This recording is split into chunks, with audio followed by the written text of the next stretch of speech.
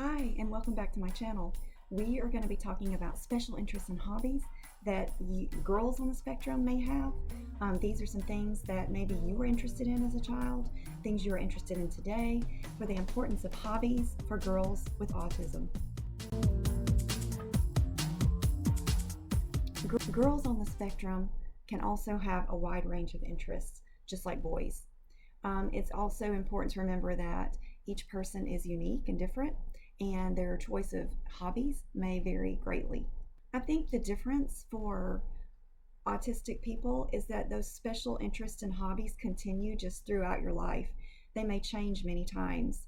I know someone on the spectrum who has a lot of hobbies as adults, but they change continually. They always have a hobby. They're always in the pursuit of learning about that hobby and researching it fully and until their heart's content. And then after they have done that, they move on to something new because they can start over researching that hobby.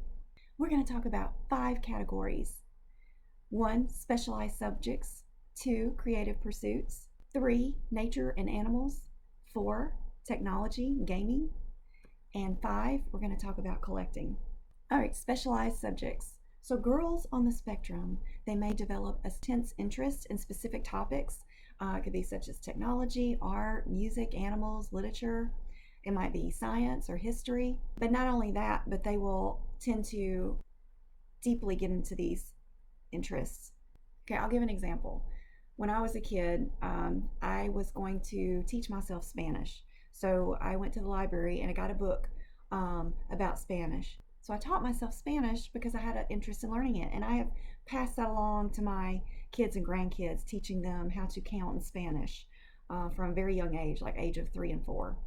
I can only wonder how many kids in art and music class are actually autistic, because it's wonderful for autistic girls to do art. Is such a creative outlet. It can be a variety of things, even including like photography, like it did for me.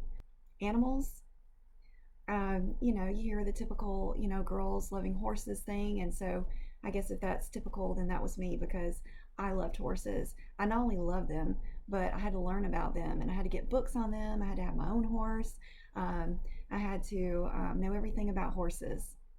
So comment down below if you had a special interest concerning an animal of some sort, or art or music. I have a friend on here from Cup of Tea with Poetry who does poetry in a beautiful way, and that is her special interest. Number 2, creative pursuits. So many girls on the spectrum have a strong inclination towards art, creative outlets. You may enjoy acting. You may have been in the drama club in school. You may enjoy drawing, painting, writing, crafting, poetry, playing a musical instrument of some kind. I've recently picked up the banjo.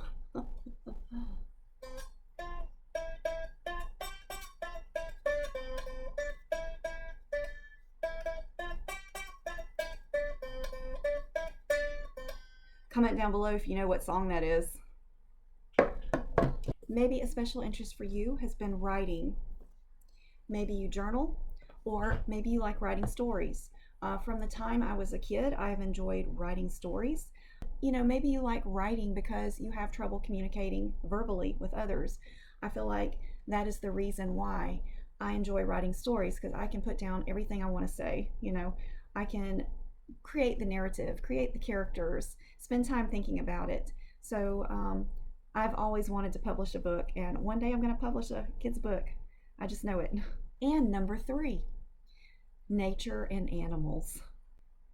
Some girls on the spectrum may have a deep connection with nature, animals.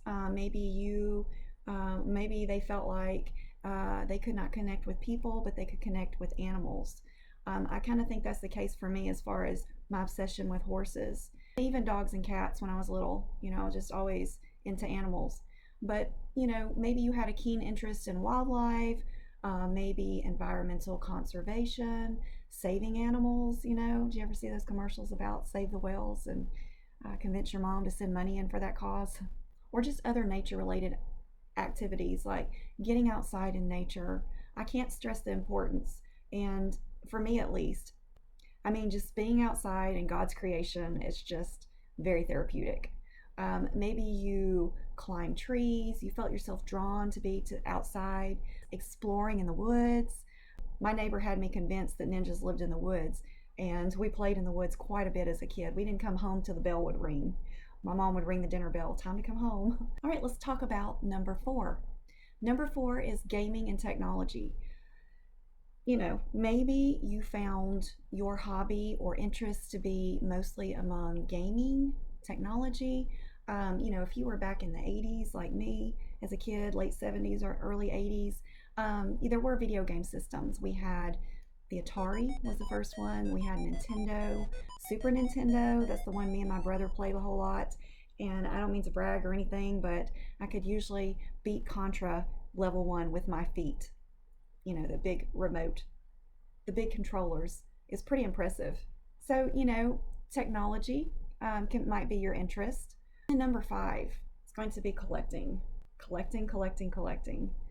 Some girls on the spectrum might develop a fascination for collecting certain items, like could be stamps, it could be coins, could be rocks, it could be whatever is popular at the time, fidget spinners. It could be unicorns, as it was in my case. It could be you could have collected Barbies or dolls of some kind, or books. Maybe you collected books.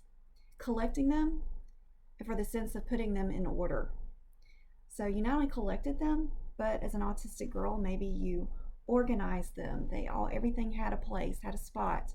It was your focus interest, and you collected them, you organized them.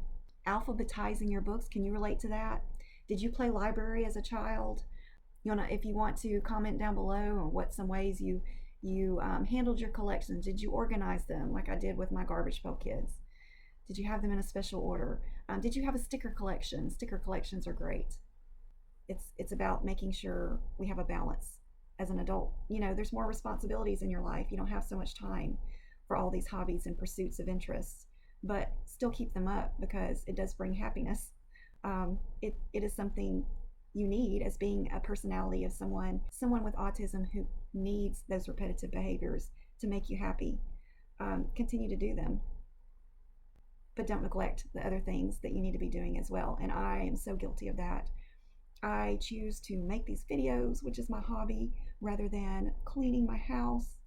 And I'm going to spend some time cleaning my house today. Or how about if your hobbies are bigger than your kids' hobbies? You spend more time doing your hobbies than your kids spend doing their hobbies. That's kind of the case at my house. So thank you for watching this video. If you're interested in content about adults with autism, I would love for you to go down there and subscribe and be a part of this community. And we are a growing community, and you can meet lots of people here. Go down in the comments, talk to people, let me know more about you and what you're into, what your hobbies, what do you enjoy now as an adult? What are your hobbies now? I'll see you in the next video. So thank you so much. Bye.